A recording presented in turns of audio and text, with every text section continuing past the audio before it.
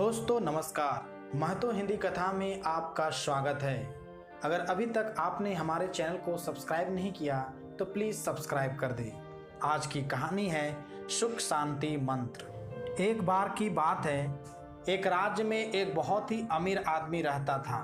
उसके पास बहुत सारी संपत्ति, बहुत बड़ी हवेली और नौकर चाकर थे। लेकिन उसके जीवन में सब ऐशो आराम रहने के बावजूद भी उसके मन में शांति नहीं थी।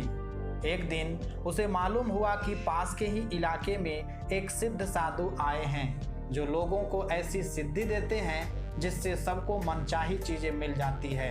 वह अमीर उस तपस्वी साधु के पास गया और उसे प्रणाम करके बोला, महाराज, मेरे पास पैसे की कोई कमी नहीं है, पर मेरा मन बहुत अशांत रहता है। आप कुछ ऐसा उपाय या मंत्र दीजिए जिससे मेरी अशांति तुरंत दूर हो जाए।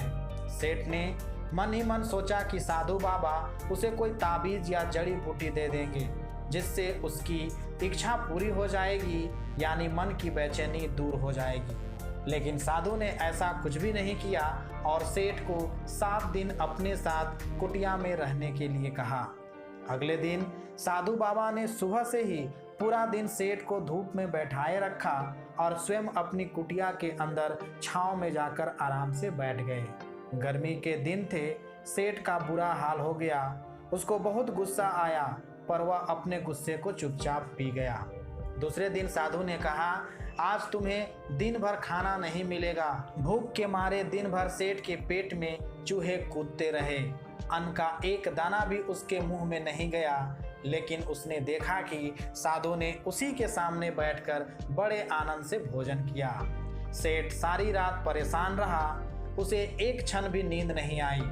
वह सोचता रहा कि साधु तो बड़ा स्वार्थी है। तीसरे दिन सवेरे ही उठकर उसने अपना बिस्तर बांधा और चलने को तैयार हो गया।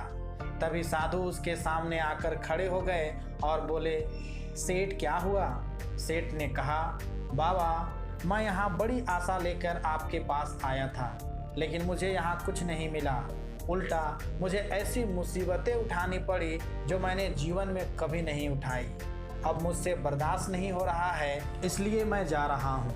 साधु बाबा हंसकर बोले, मैंने तुझे इतना कुछ दिया, पर तूने कुछ भी नहीं लिया, मूर्ख।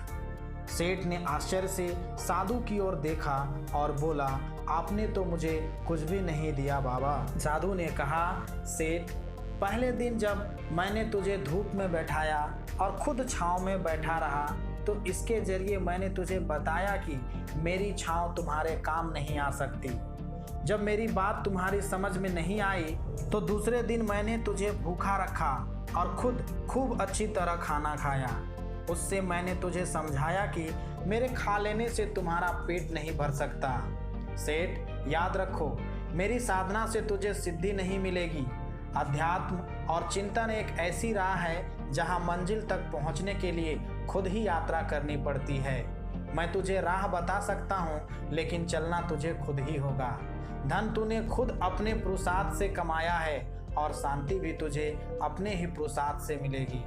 तुम अपनी व्यर्थ की इच्छाओं और विलासिताओं पर नियंत्रण रखो, तुम्हारा मन खुद ही शांत हो जाएगा। सेठ की आंखें खुल गई और उसे अपनी मंजिल तक पहुंचने का रास्ता मिल गया था। धन्यवाद।